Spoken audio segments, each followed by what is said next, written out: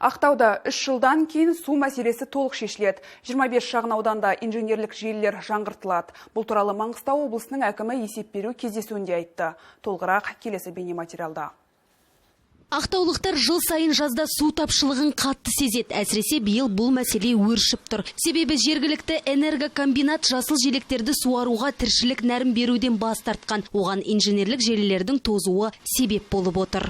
Жильцов о отключении. Тұрғындар ауыз су мен ыстық судың өшуіне байланысты көп шағым айтады. Мұның бәрі желілердің тозуына байланысты.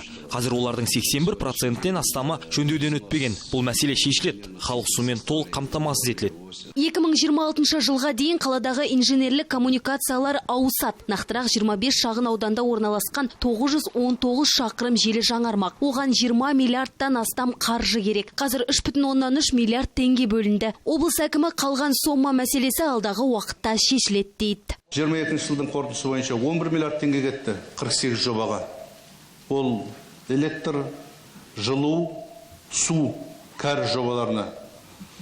Бұл барлығын түбегейлі жасамағасын көп адамға сезілмейді. Бірақ апатты жағдайда болған және өзіміздің жоспарлы түрде атқарған істеріміз. Бұл 21 жылмен қарағанда 3 есе артты. Қазір өңірде президент тапсырмасын орындау шаралары жүйелі жүруде. Электр энергетика саласын дамыту бойынша бағдарлама әзірленді. Бұл жобаның құны 128 миллиард теңге.